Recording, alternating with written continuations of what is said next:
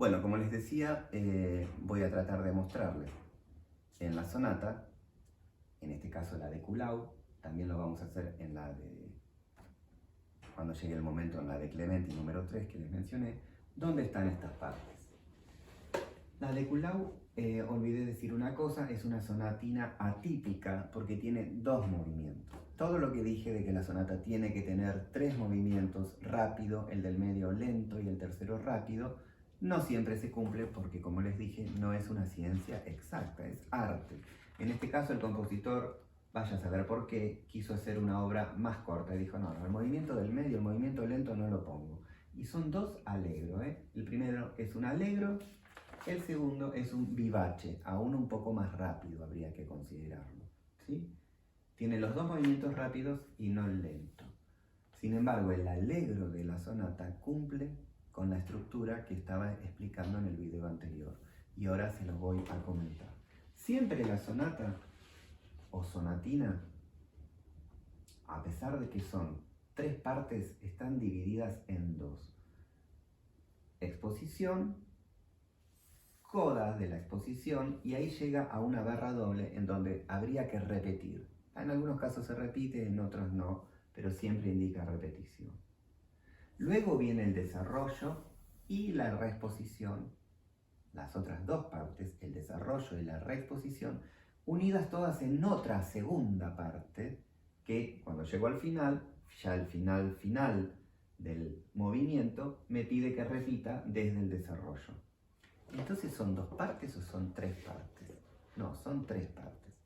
Exposición, desarrollo y reexposición. Sin embargo, en cuanto a la ejecución, casi siempre están organizadas.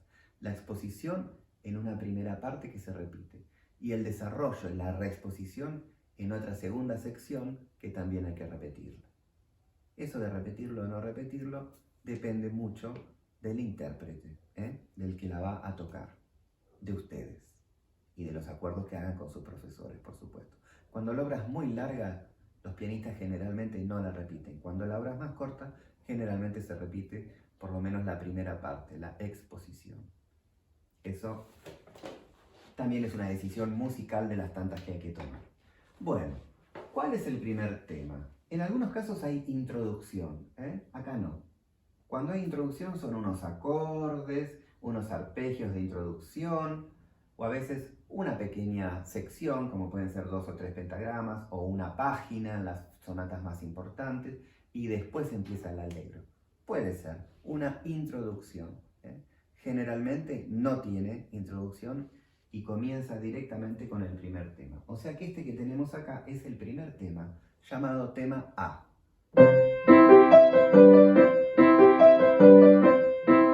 ¿Sí? Ese es el primer tema. Con lo que sigue también, como una segunda parte, pero siempre del primer tema. Otro motivo. En cambio, esto claramente es otra parte, ¿sí? Esta es el tema que sigue, el tema B, unido por el puente. ¿Cuál es el puente? Re, mi, fa, sol, la, si, do, re. Ese es el puente y comienza el segundo tema, tema B, B larga le pondríamos, tema B. ¿Cuál es el segundo tema?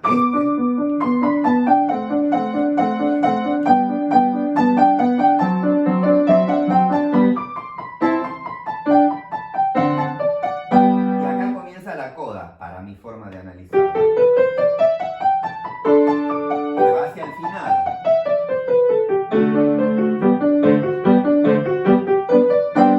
Y ahí terminó la exposición. ¿Y en qué terminó? En sol, sol, sol, si, re, sol. Si me fijo estoy haciendo el arpegio, sol, si, re, sol. De sol, en la mano izquierda estoy tocando el acorde de sol, sol, si, re, las tres notas del acorde de sol. Sin embargo, comienza en do, do. ¿Por qué? Porque la sonata, su tonalidad principal es do mayor. Pero termina la primera parte, la exposición, produciendo a partir de los fa sostenidos que aparecen, produciendo con el fa sostenido, nota característica de sol mayor, te lleva a sol mayor y termina más en tensión esa primera parte porque termina en sol mayor. No termina en do. Si hubiera terminado en do, ya hubiéramos sentido que terminaba de una vez y hubiera resultado raro que continúe, pero continúa porque termina en sol, te deja en tensión. Hay una sensación de final, pero no es completa. Y acá comienza el desarrollo, la segunda parte.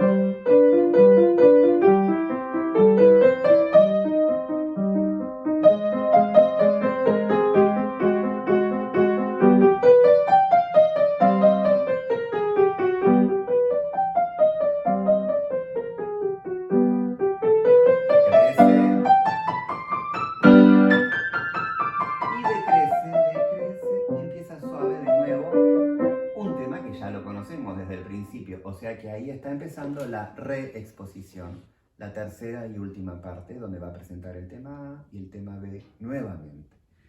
¿Qué es lo que hubo en el medio? El desarrollo, es la parte más rara casi siempre. ¿De dónde toma el material? Y de cualquier parte de lo que hubo antes, e incluso le agrega a veces material nuevo al compositor.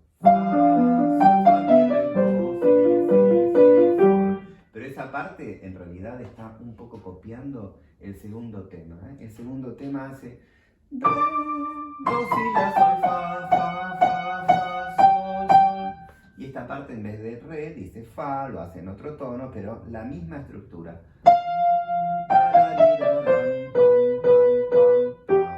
Se parece, rítmicamente se parece mucho. Y en cuanto al dibujo melódico, desde una nota superior, bajando hasta una que se repite, y es igual al tema A, B, al tema B. O sea que de acá lo sacó, del tema B. Y acá me va modulando a tonos más raros, o sea, acá está en do menor, aparece con el mi bemol, ahora se va a la bemol mayor.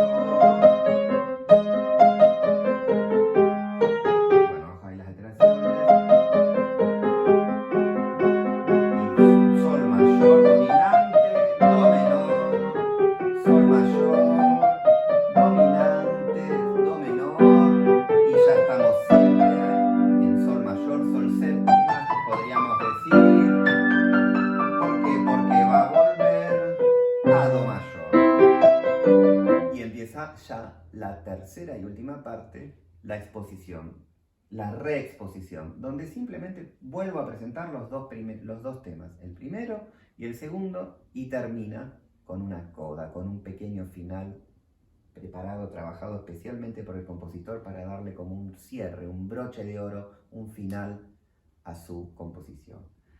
¿Cuál es el segundo, en la reexposición, cómo se presentan? Y acá está el primer tema nuevamente. Con unas cositas raras en el medio, ahí lo dicen re menor.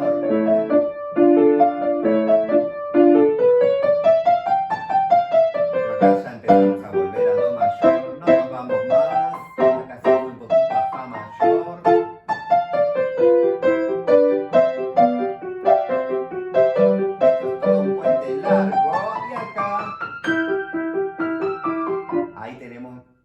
El segundo tema, el puente hacia el segundo tema, que hoy estaba en la dominante y decía re, do, si, la, sol, fa, fa, sostenido, en sol mayor lo decía. En cambio ahora lo hace en do mayor, sol, la, si, do, re, mi, fa, sol, fa, mi, re, do, si, si. Y lo dice en do mayor y no se va más de do mayor. Y en el final la coda. La coda está terminando.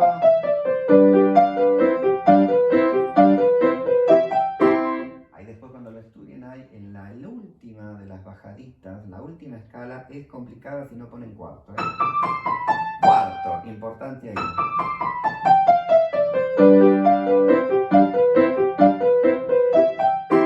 Y terminó en do mayor.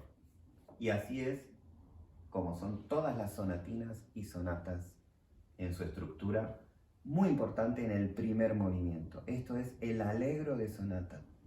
Lo que acabamos de analizar es la forma allegro de sonata. que integra la forma sonata en sí, que es la forma de 3 movimientos, el primero rápido, el segundo lento, el tercero rápido. Esta en particular de Kuhlau no tiene movimiento lento. Pasamos directamente al último movimiento, vivace.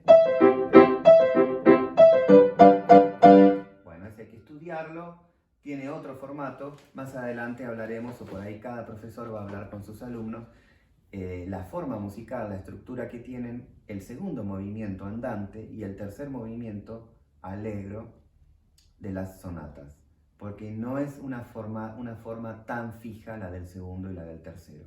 Sí que el segundo casi siempre es lento, y que el último es rápido nuevamente. Pero el segundo movimiento puede tener forma lead, puede tener, casi siempre tiene forma lead, que es la forma canción, lo hablarán cada uno con su profesor, qué es eso de la forma lead, o puede tener otras formas más libres o no, pero generalmente es esa. Y el último movimiento puede volver a tener esta misma estructura de forma sonata en muchos casos, pero generalmente tiene forma rondó. ¿Cuál es la forma rondó? También es para estudiarla cuando llegue el momento de hacer el último movimiento rondó, lo trabajarán con sus profesores, ¿sí? Si no, esto se va a hacer muy largo. Me interesaba sobre todo la forma allegro de sonata, porque es importantísima, porque no se rompe nunca, porque siempre el primer movimiento de las sonatas y sonatinas es así, y siempre el primer movimiento de una sinfonía, de un concierto para solista y orquesta o de un cuarteto va a ser así también, con forma allegro de sonata. Después el segundo movimiento y el tercero tienen otras estructuras, prácticamente siempre, y no tan fijas por ahí como sí el del primer movimiento. Bueno, esperemos con esto haber aclarado un poquito de qué estamos hablando cuando decimos sonatina y sonata y qué es lo que estamos aprendiendo y empezando a estudiar. Para que al reconocer estos elementos hay que tratar de hacer un esfuerzo y hablarlo con el profesor o la profesora para en el momento de estar estudiándolo ir reconociendo cuál es la exposición, cuál es el desarrollo, cuál es la reexposición y adentro de la exposición y de la reexposición, cuál es el tema A, cuál es el tema B. Ah, esto es el puente, esto que está en el medio, esto es la coda, esto es el final. Muy importante reconocer esas estructuras para sentirnos más seguros en lo que tocamos, para darle la expresividad correcta y para que nos entienda el que está escuchando. ¿Qué es eso tan raro que estamos tocando y tan largo, que dura tanto tiempo? Si no trabajamos la parte interna, lo que se llama la forma musical, podemos tener un resultado muy poco convincente y muy poco entendible, que no es para nada deseable. Con lo que cuesta estudiar una obra que nos salga bien, bueno, tenemos que tratar de comprender la estructura interna de esa pieza para entonces darle el sentido que tiene realmente cuando lo estamos tocando. Bueno, espero que tanta palabra les sirva para comprender un poco más de las grandes formas del clasicismo musical.